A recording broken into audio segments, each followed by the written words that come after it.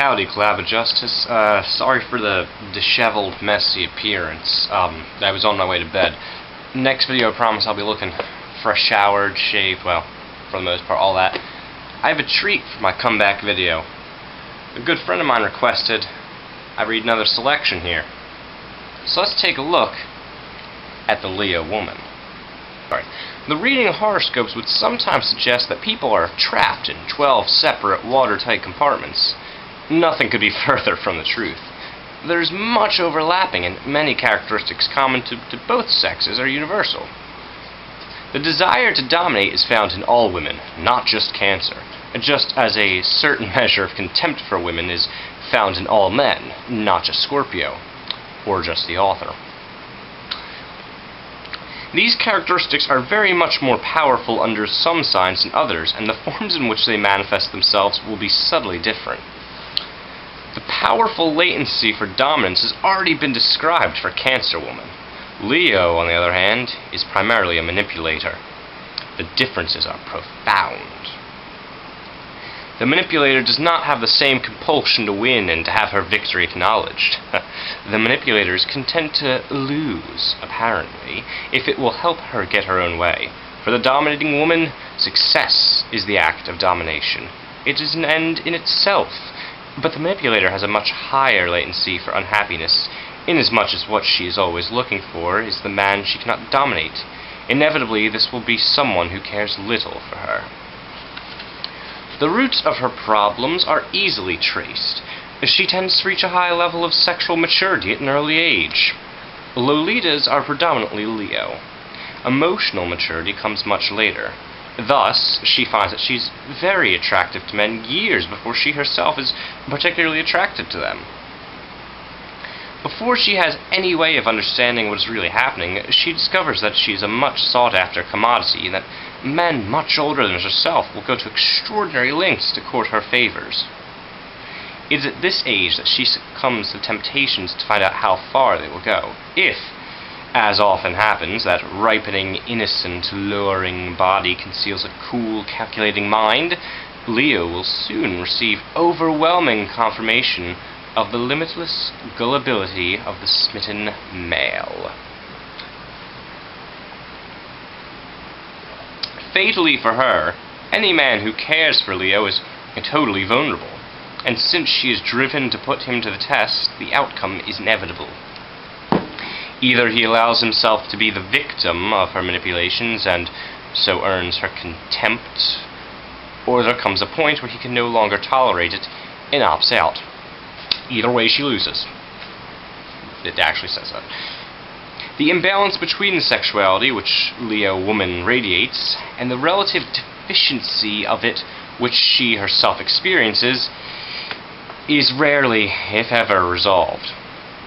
An important number of early Christian saints were Leo women, and part of the high reputation for chastity which they enjoyed derived from an ostentatious resistance to a temptation which they never truly felt. And translated into the modern world, the same woman has the highest potential for success in business, for which she is superbly well equipped both physically and emotionally. She's completely conscious of her sexual attractions and will sensibly enhance them by dressing well and keeping herself in good condition. She does not think of herself as a manipulator, but considers she understands men far better than most of her sisters, and she may well be right. But she is not completely invulnerable, and her well-practiced weapons may prove useless when directed against her male counterpart. The man who coolly sets about exploiting her may prove extraordinarily successful, provided he cares little enough for her. The spectacle of the beautiful, accomplished woman who allows herself to be used by a lazy, worthless man is not uncommon, and it is readily observed that a significant number of such women are clustered under the sign of Leo. Malicious rumors will have it that this is a common stud arrangement, but far more often the man is merely ornamental and makes few sexual demands of her. Almost invariably, he will leave her after a while to move in with a virtually identical younger woman. Paradoxically, Leo, although she is deficient in any strong feelings for sex, is not hag-ridden by any great antipathy for it. She achieves orgasm easily and assumes that everyone else does. She's sexually unadventurous and resists bedroom gymnastics. Great term. Huh. Less from distaste than from the fact she cannot be bothered or is unwilling to sacrifice an expensive hairdo. As always, it is necessary to warn the reader that a birth sign indicates strong potentials, not certainties. Large numbers of Leo women do mature in time to realize that almost any woman can, if she chooses, manipulate any man. She may then be willing to lay down her weapons in exchange for a kind of free and equal, according to this author, partnership which is the hallmark of a successful match. Once again, after reading the rest of this book, this author's idea of equal, you don't want to know. But she will never be quite as interested in sex as her appearance would suggest, and, if only in self-protection, she'll have to learn to deal with the men around her who persistently misread her signals. This book, not the most exciting passage, I admit, but if you're a Leo woman, like the person who requested this, I guess that's cool too. Alright, collab, I guess, comments, all that crap. We need a theme.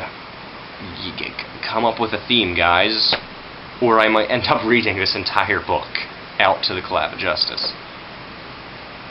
Which isn't so bad in retrospect. But yeah, see ya.